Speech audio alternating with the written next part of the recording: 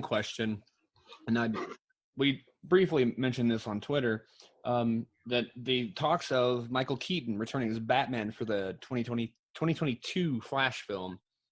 Your thoughts on that, and do you think that Crisis had anything to do with the inspiration to pull those characters in, with Ezra Miller being on, on Crisis? Do you think that maybe Grant Gustin pops in on the Flash movie? Well, I got to be careful here because I don't want to talk above my pay. I'll say first, as a fan, I'm just giddy. Like, I'm beyond thrilled about Michael Keaton reprising his role as Batman. Anywhere. Right, me too.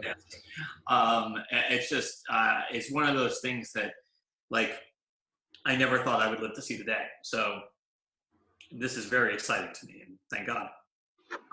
The second part of your question that could potentially get me in trouble, I think what I would say is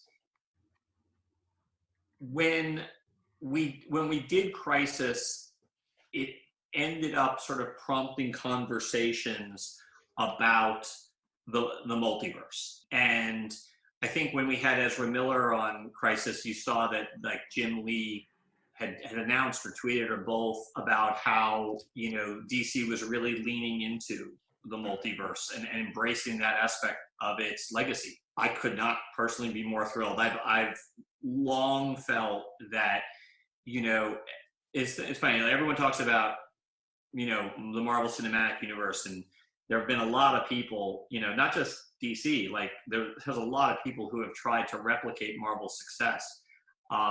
And my attitude is, the concept of the multiverse has always been a DC concept far more than a Marvel concept. While Marvel may have a cinematic universe, I love the fact that DC has a multiverse. And that's just as a fan. I just think it's cool. So the fact that, the powers that be at DC are leaning into that for the Flash movie is, it's music to my ears. Again, just as a fan, because that's, that to me is one of the things that differentiates Marvel from DC. We were talking about, like, what's the difference between the DC universe and the Marvel universe. The multiverse is, one of them. Yeah, I always have loved the DC's take on the multiverse.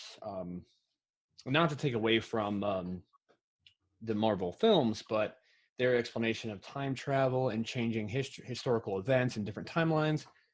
And Chris and I discussed this on another episode, but I do much prefer, like, the if you change the past changes, but it's just really a matter of opinion, honestly. Not one is better than the other, but I love DC's take on the whole multiverse concept. Well, again, going back to the, the Marvel versus DC distinction, I think, God, I could talk for days about how genius Kevin Feige is, but one of the elements about his genius is the Marvel Cinematic Universe feels like the Marvel universe. That slightly more grounded, that science-based, feel, down to their version of time travel. It just feels like the tone of the Marvel comics of yore.